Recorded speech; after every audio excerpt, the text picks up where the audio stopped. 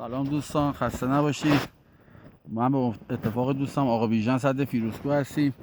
داشتیم لانسه کشی میکردیم که متاسفانه دیدیم یکی از این آدمای ناباب و به درد نخور تور انداخته داخل آب و تعداد زیادی بچه ماهی زردپر و قزل و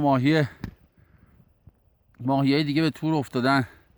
حالا آقا بیژن داره یکی یکی سعی میکنه اینا رو از توی تور خلاصشون بکنه. امیدواریم که بتونیم جون همشون رو نجات بدیم. ماهی‌ها رو امیدواریم که دیگه شاهد اینجور اتفاقات توی این منطقه نباشیم.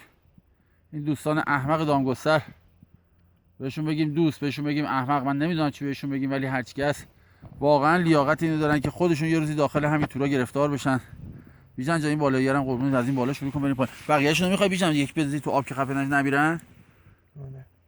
بقیه‌شون تو آب باشن که نمیرن، همینجوری یکی یکی درشون بیاری. چقدر این؟ حداقل من فکر می‌کنم 20 تا بچه ماهی باشه که اینجوری گرفتار شده متاسفانه.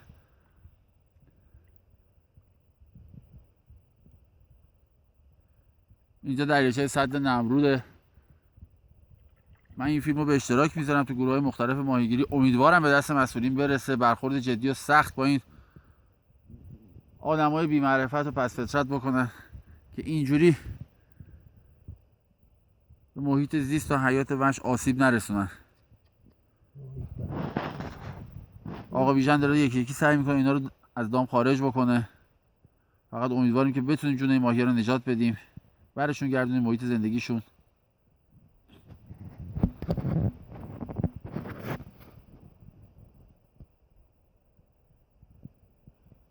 خب خدا رو شکر دومیش هم آزاد شد.